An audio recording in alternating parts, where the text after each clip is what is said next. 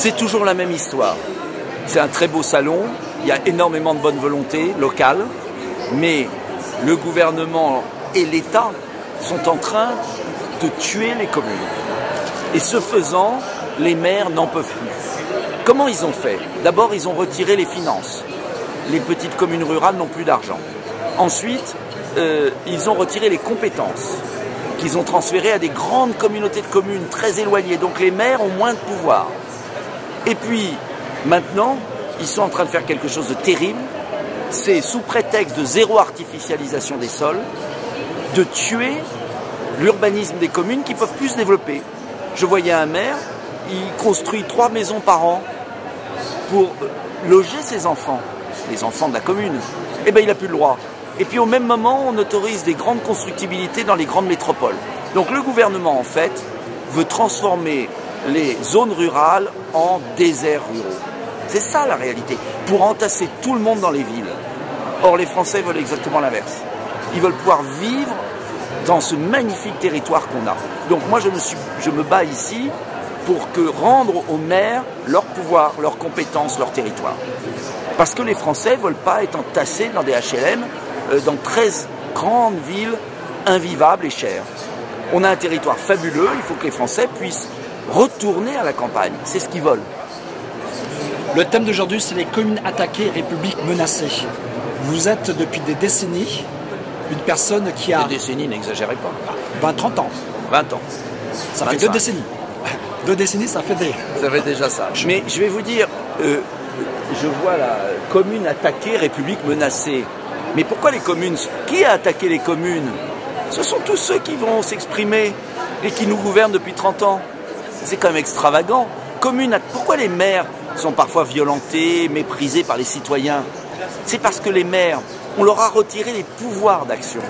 Donc ils sont impuissants à régler les problèmes. Quand un citoyen n'est pas content parce qu'il y a un truc qui ne va pas dans sa commune, il va voir le maire lui dit « mais je ne peux pas, c'est au niveau de l'intercommunalité ». Mais c'est qui l'intercommunalité? C'est une bureaucratie lointaine, antidémocratique. C'est comme la nation et l'Europe.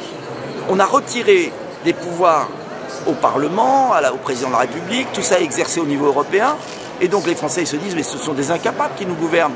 Donc en fait, si on veut que le maire ne soit plus attaqué, il faut lui rendre des pouvoirs pour qu'il soit en responsabilité. Vous comprenez ce que je veux dire? On ne peut pas dire au maire « oh mais pauvre, vous êtes attaqué, c'est pas bien ».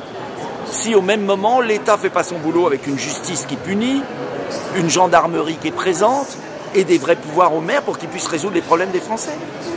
En fait, comme toujours dans notre pays, on s'attaque aux symptômes, à l'écume de la vague, mais pas à la vague. Donc il faut reprendre à la base ce que j'ai dit, oui, depuis 20 ans, c'est-à-dire un code pénal beaucoup plus sévère, un code de procédure pénale beaucoup moins complexe, des places de prison, ne pas supprimer les brigades de gendarmerie, ne pas supprimer les postes de policiers, voilà, avoir un État, que l'État s'occupe de l'État, et que l'État arrête d'emmerder les communes. Et tout ira mieux. Est-ce que vous pensez aussi que la justice est un peu laxiste sur les délinquants? Elle n'est pas un peu, elle est totalement. Quand vous pensez qu'un policier est traîné par une voiture d'un délinquant, il aurait pu le tuer, et qu'il a un travail d'intérêt général. Mais ce n'est pas une justice laxiste, c'est une justice qui n'est plus une justice.